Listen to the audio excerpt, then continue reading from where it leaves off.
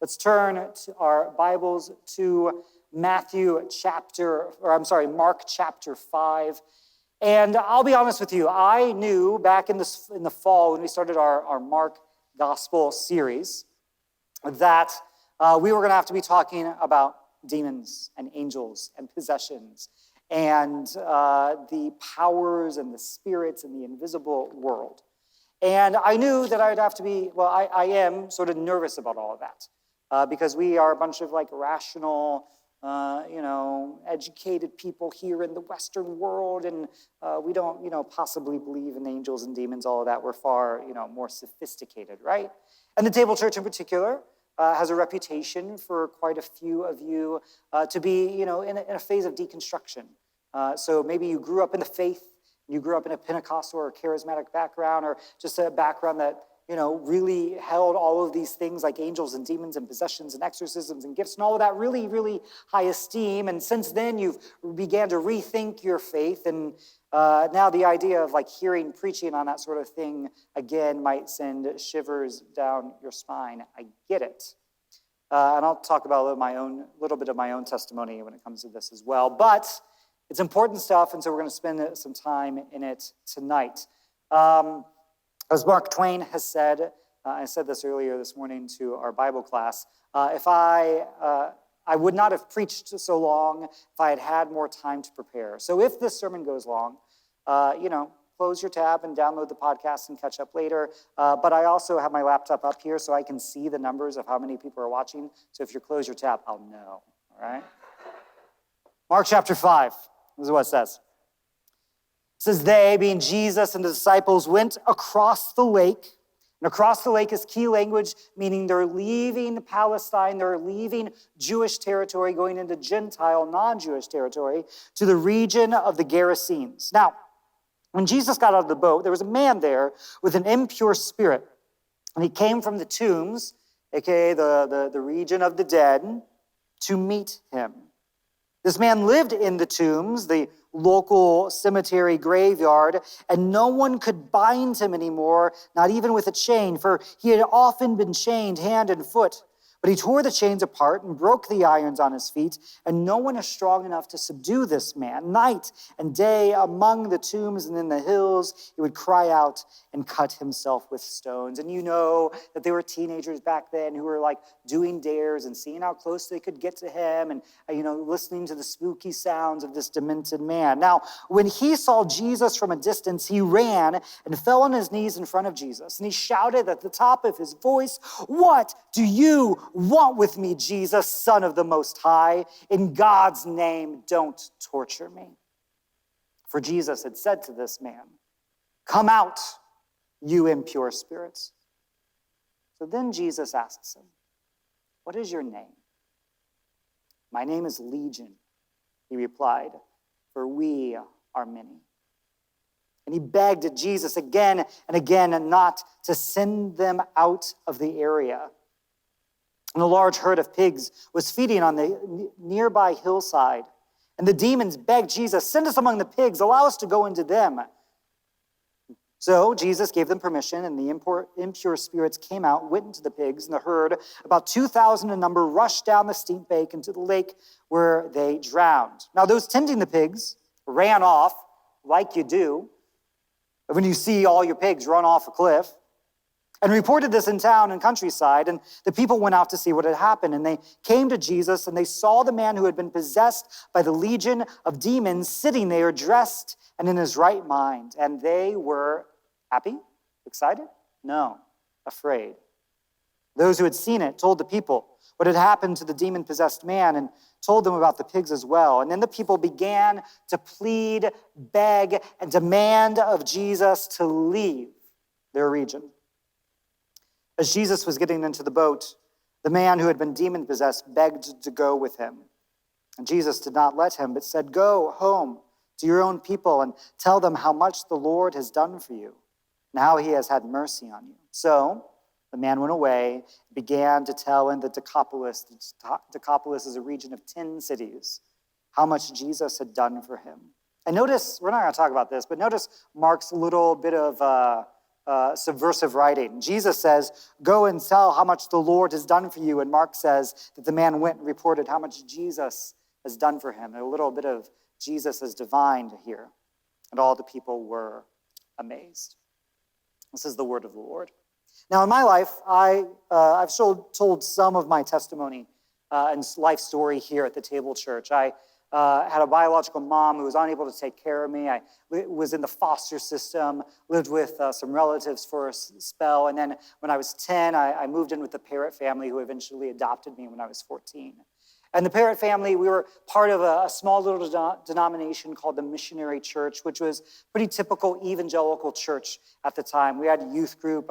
We had all of those sorts of experiences. But when I was a little bit older, into my teenage years, but before college, my brother had gotten involved in sort of a Pentecostal charismatic gathering a little bit outside of town. And I looked up to my older brother, who was sort of a spiritual giant in my mind. And so I started going to this charismatic Pentecostal gathering as well. And this place was wild. It was there where I experienced things like speaking in tongues and casting out of demons. And we would gather around certain possessions of people and dance in circles around it in order to cast out evil spirits. I would have these ecstatic prophecies that I would give, and I would rebuke my old church, and I would rebuke the spirits of my school, the high school that I was a part of, and I would have all of these deep experiences. There was a time where we were at a place, an acreage, and there was a barn there where we were seeing spirits and demons floating over this barn, and so we made a circle around it and cast it out. And this experience started out as something that was deeply life-giving.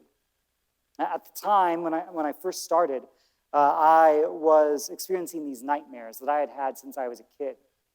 And my biological mother, she suffered from paranoia schizophrenia, so she had a hard time getting a grip on what reality was. And when her mother, my maternal grandmother, died, she refused to believe it. And so before the funeral, she had snuck into the funeral parlor and tried to sneak in food and water and supplies into my grandmother's casket.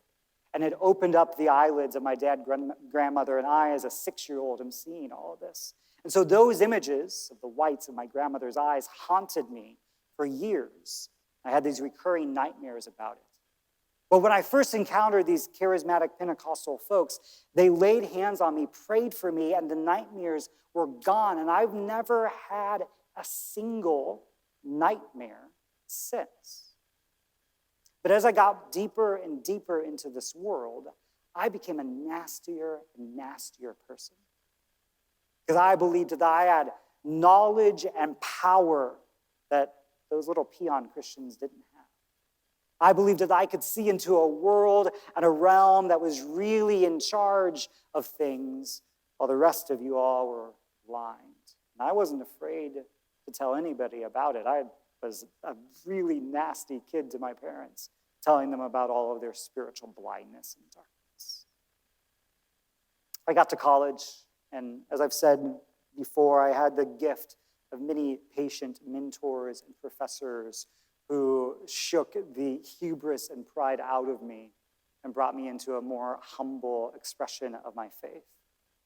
And as I left that expression behind of certainty and spirituality and demons and angels, I eventually looked back on it with shame and embarrassment and a sense of how could anybody possibly think that this is a good idea?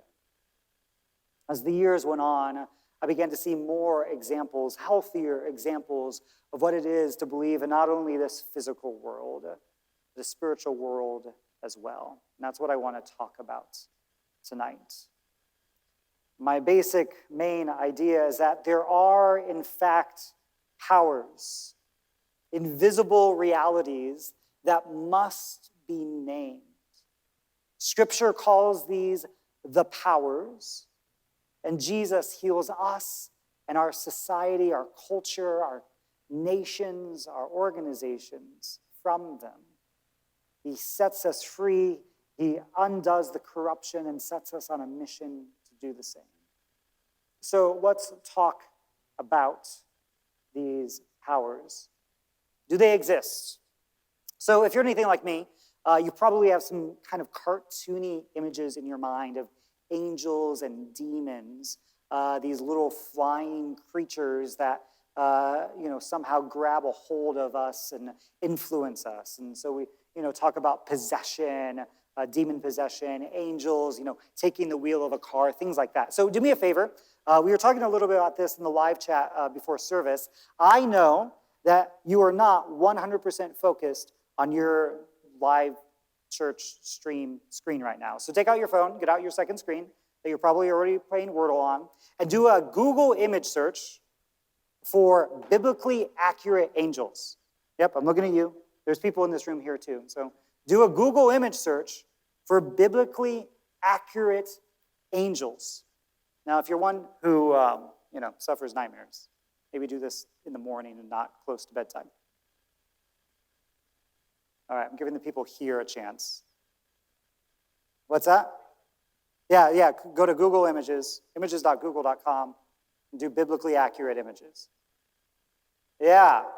All right, so the people here are starting to react.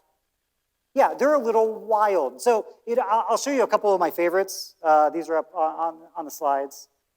There's the angel figure that my grandma gave me, the little precious moments. And then there's the angel figure that I really wanted, right? Because it looks amazing. If you look at the images that are described in Scripture of angels, they are these multi-winged. Some of them have one eye. Some of them have eyes all over. Crazy things. Here's another image where the angel says, "Be not afraid." And the man says, "Sir, this is the scariest moment of my life. Because if an angel, as described in Scripture, shows up, you would bleep your pants," right? These things are wild looking. Now, we've been influenced by culture, cartoons, movies, going back to medieval times, and drawings and pictures, particularly from Dante's writings, of what angels and demons look like, a little bit more human figures and forms. Now, so I want these images to leave your mind for a moment. Let's talk about how the Hebrew Bible, the Old Testament, talks about these invisible powers. So there's a whole bunch of vocabulary that the Hebrew Bible uses. It uses the idea of little g gods, that there are all of these gods of the nations that Yahweh, the one true God of Israel, is going to conquer, is going to show that he is almighty, that he is the Lord of hosts, Lord of the angel armies, that there is one true God and all of these other gods of the nations. We hear language about angels that are messengers of the divine God, and lots of images in Isaiah and Ezekiel of what they do and what they look like and what their purpose is. There's language about a creature or a being called Ha-Satan, the Satan. And the Satan figure in the Hebrew Bible is not necessarily the same as the devil that we think of today, but rather like a prosecuting attorney who shows up to make a case against God's people.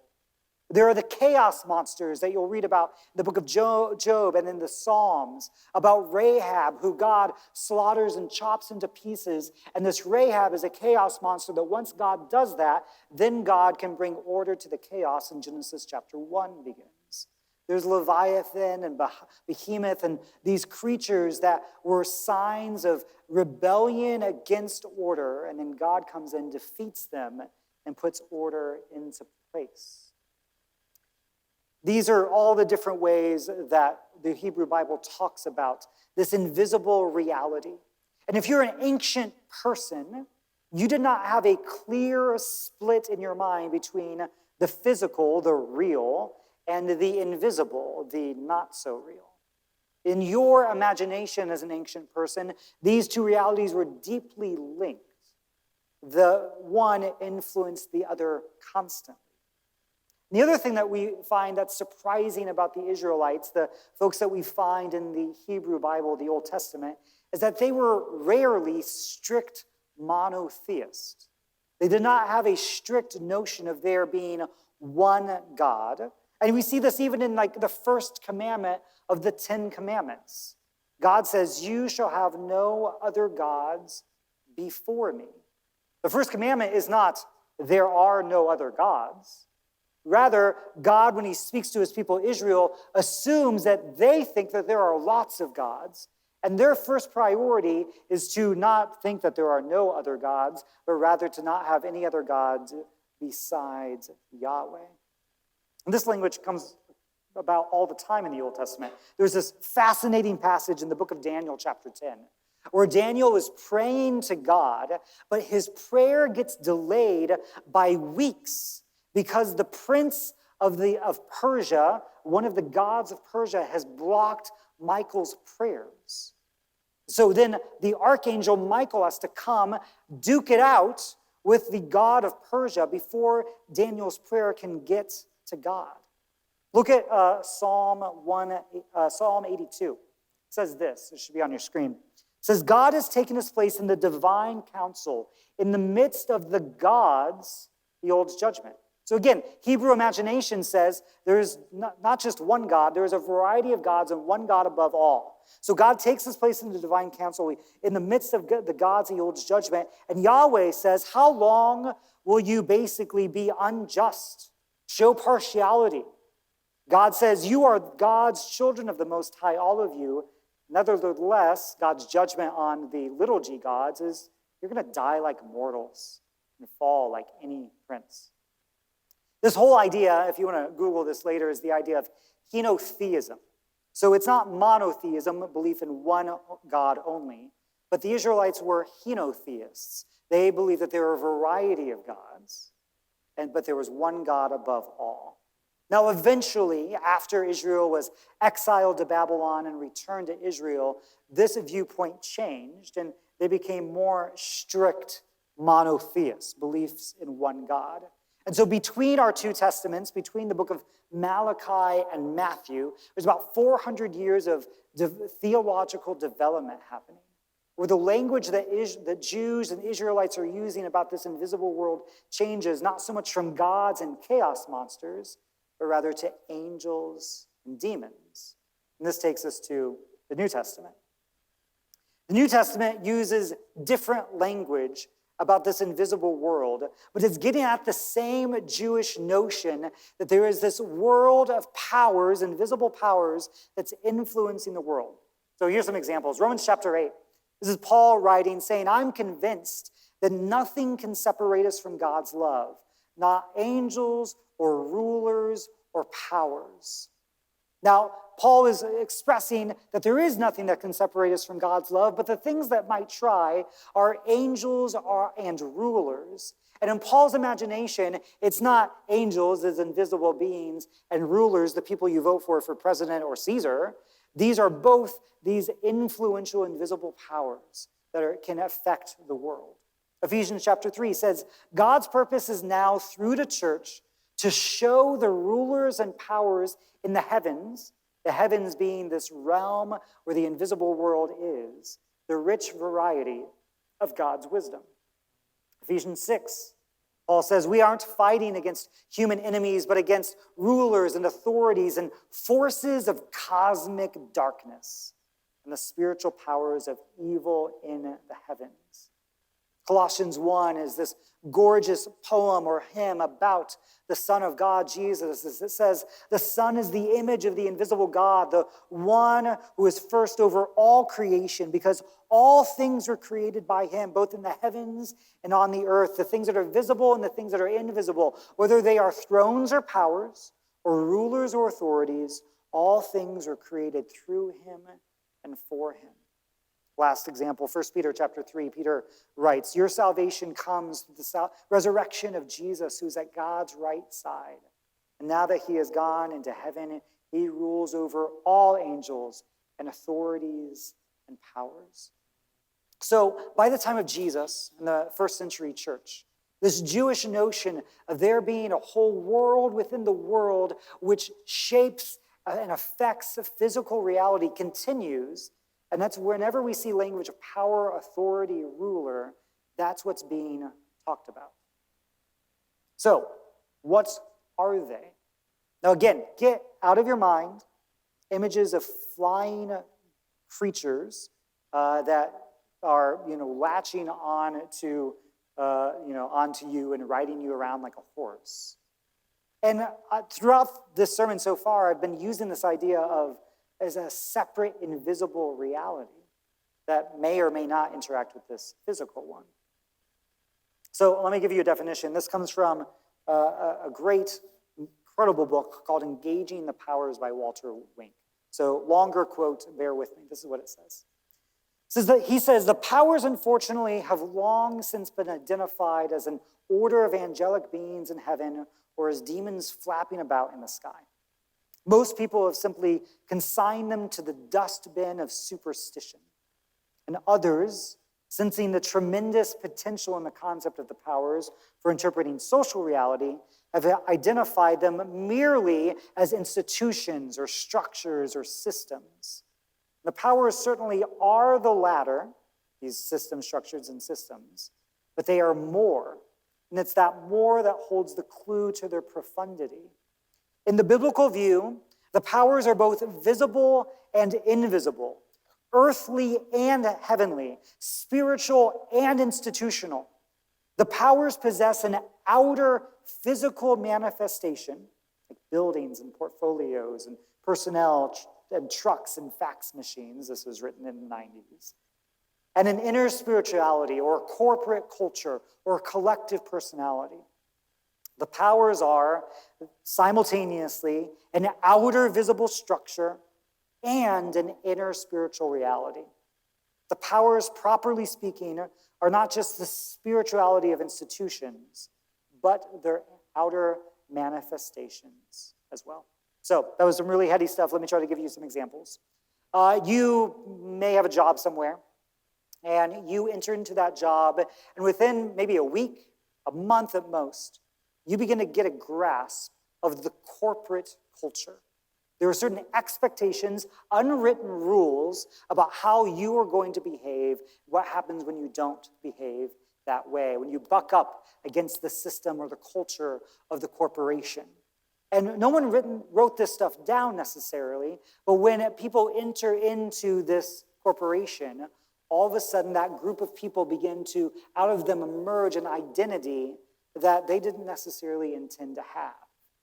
We talk about it in terms of corporate culture. Well, it's really hard to change corporate culture. Now, there's no instrument or measuring tape or scale that you could set down or stretch out to measure corporate culture.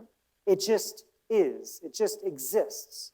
We talk about the spirit of a nation or a New York state of mind.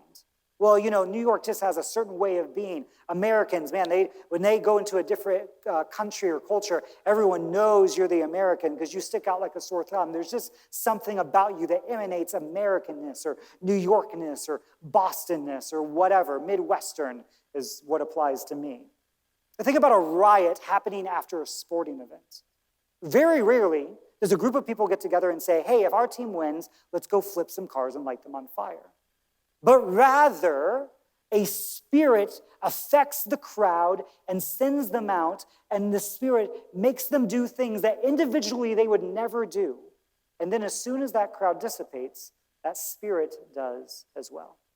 This is what we're getting at, that there are these spirits, these powers that influence groups of people, and groups of people out of them emerge concrete actions in the world. I'm going to keep going with some axioms about how we might get our mind around this. So what's an axiom? An axiom is a simple statement that gives limits to and handles around a complex idea. Some of my favorite axioms comes from a guy named Science Mike McHargue, who, when he was an atheist and trying to understand what faith and spirituality and religion was all about, had some axioms that helped him get a better handle on why it was worth practicing the faith. So here's a couple of examples. He has an axiom on sin. Mike McHargue writes, sin is at least action or inaction that violates human consent and produces human suffering. Sin comes from the divergent impulses between our lower and higher brain functions, our lizard brain and our monkey brain, and our evolution-driven tendency to do things that serve ourselves and our tribe. Even if, this is all sin is, it is destructive and threatens human flourishing. So as a bare minimum definition of sin, no Bible verse is quoted, but Mike McHargue is arguing, even if this is all sin is, it's still worth talking about. He has an axiom for the Bible. The Bible is at least a collection of books and writings assembled by the church that chronicles a people's experiences with and understanding of God over more than 1,000 years. Even if that's a comprehensive definition of the Bible, study of Scripture is warranted to understand our culture and the way in which many, many people come to know God. So I gave a crack at writing an axiom for the powers, gods, angels, demons, etc. And this is my attempt. The powers are at least the systemic social and cultural forces that both emerge from and animate organizations, corporations, nations, and other groups of people. Even if that's a comprehensive definition of the powers, it's essential to identify these powers so that they may be critiqued, reformed, or exercised. All right, are you with me? I've got like 7 people in here. Okay, good. Not a whole lot of you have left the live chat, so that we're in good company. So why does it matter? Why does any of this matter? Because this is heady, sort of philosophical, theological stuff. Why does it matter that we get this right? It matters because language creates perception. Language, the words that we use to talk about the world, can actually create perception. When I was a kid, I grew up poor for the first 10 years of my life, 7 years of my life. And so all I had was a black and white TV. And a black and white TV was enough to get me interested in Superman, The Adventures of Lois and Lane, and things like that. But when I got a little bit older and got into a different house and realized that there was color TV, I realized that black and white TV was this relic of the past. And in my childlike mind, I thought that anybody born before 1980 or so only saw the world in black and white. Black and white was all there was. It wasn't just how they recorded things, it's actually how the world was. Now, this was a silly idea, and I was wrong, but that's what I thought. But there's something kind of true about it. The color blue, to blow your minds tonight, was not perceived by people until relatively recently. Now, there's a whole story about how we figured this out. But if you go back to like ancient Greek poetry, Homer, he describes the sea not as blue, but as wine dark. He describes the sky not as blue, but as a dark monstrosity. So some sociologists and folks who study language got together and they analyzed the ancient languages of Greek and Hebrew and Chinese and Japanese and Indian languages and Icelandic languages, all in ancient times, and realized that none of these languages had a word for the color blue. And it seems like ancient folks couldn't even see it because they didn't have a word for it. Now, they tested this. So there's a tribe in Namibia, the Himba tribe, and they also do not have a word for the color blue, but they've got dozens of words for the color green and all of its different shades. So they put these folks in front of a computer, and they showed them like 7 or 8, you can put on the screen, 8 or 9 blocks of the color green and one the color blue, and they couldn't pick out which one was blue. Then they put a different image in front of them, and all of them, to our eye, look like the same color green, but the Himba tribe folks were able to identify which one was slightly different every time. Their language granted them an ability to perceive the world differently than from the rest of us who don't have dozens of words for the color green. Now, if you want to wiki hole yourself later about this is called the Sapir-Whorf hypothesis, or something called linguistic relativity. And the idea is that the structure of a language affects its speaker's way of thinking. And therefore, people's way of seeing the world is relative to their spoken language. All right, what on earth does this have to do with demons? Back to Walter Wink. Wink says, the relevance of the powers for an understanding of structural evil should now begin to be clear. Any attempt to transform a social system, without addressing both its spirituality and its outer forms, is doomed to failure. Only by confronting an institution and its solid way of being concrete in the world can the total entity be transformed. It's not a coincidence that our society, the Western American society, is incapable of having language or being conscious of angels, demons, invisible powers, and also seems to be equally incapable of confronting racism and cis hetero-patriarchal normativity and economic greed and toxic capitalism and consumerism and individualistic freedom at all costs and militarism and the myth of redemptive violence. I want to argue that our inability to talk about the powers influences our inability to talk about systemic evil. Our culture has the fewest words, the least amount of language for the spiritual realm. And our culture is the one most affected by depression and addiction and anxiety and suicide and mental illness. When we throw away all of that language of how to speak about the powers, we are shaming our ancestors and the majority world who still is confronting this every day and has language for it. All right, let's go back to Jesus. So Jesus confronts someone possessed by a demon. And again, we do not need to read this as a little invisible monster who's now getting a free horse ride off of this person. Jesus has to kick it off somehow. Rather, Jesus is confronting the corrupted powers of this man's world and the hold that they have not only on individuals, but also communities and villages and nations. Now, I, for one, do not hold that demon-possessed people are basically ancient ways of speaking of mental illness, because the ancient world had ways of speaking about mental illness that was not only demon possession. It's an insult to mentally ill people to say, well, basically it's a version of being demon-possessed.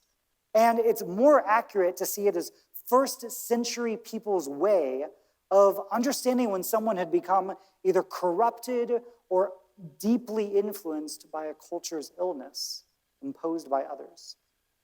Demon possession was often the language of scapegoating. So this man has been taken by his community, sent out to the graveyard, and been told, do not come back. Now, there's an irony here, because Jesus is not confronting just one possessed person, but rather Rome itself.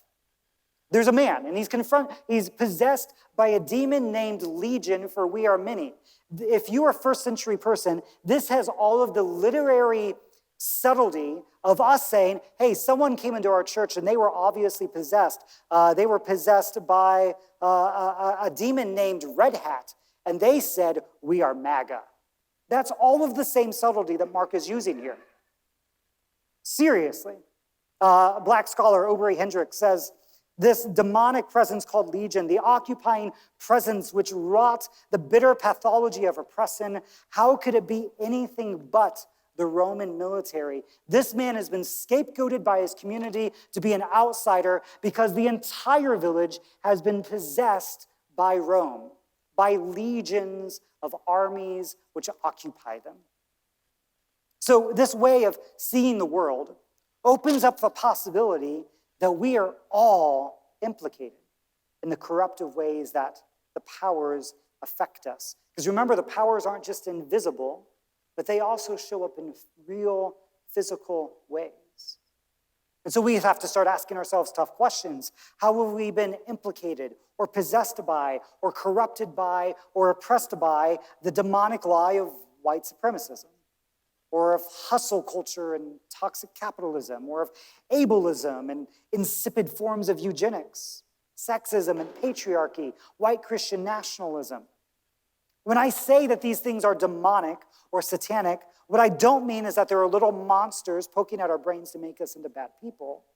What I do mean is that our organizations and our corporations and even churches and religions and countries and states and cities Out of them emerge the powers, the spirits, the demons, and the false gods.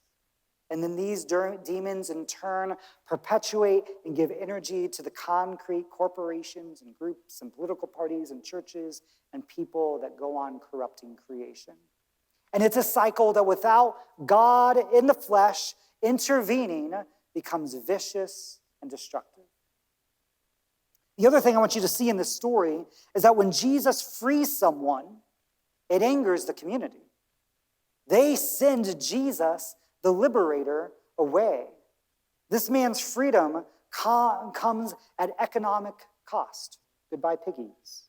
And that cost is considered too high by the community. And that is precisely what we can expect to happen when those who are animated by the divine spirit of liberation and freedom confront those who are possessed by the corruptive powers. We see this cycle over and over again when America deals with race. Otis Moss Sr. Said in a sermon in 1976, he says, "I see a black and white parallel here. As long as we were struggling in the cotton fields of Tennessee and Georgia and Alabama and Mississippi with our cotton sacks across our shoulders and to our sides, picking cotton and having our fingers burning from stinging cotton worms that would hide under the cotton leaves, as long as we were barefoot actually and symbolically, laughing when we were not tickled, America was satisfied. But one day, America saw us marching to the voting booth, sitting down at lunch counters, and all of America became afraid." When Jesus dares to set cultures free, cultures bite back. In fact, our freedom will anger those who benefit from our oppression. Your freedom will anger those who benefit from your oppression. And so you may be the man who had been possessed by legion, and Jesus has set you free, and the crowd wants your liberator to go. So, let's tie this all together. Every aspect of our society, I want to say, has both concrete and invisible realities that need to be named. And Scripture calls this the powers. Jesus heals us from the powers that corrupt us and our world and sets us on a mission to do the same. The powers, this is the good news, the powers do not have the last word, and they will not succeed in the end.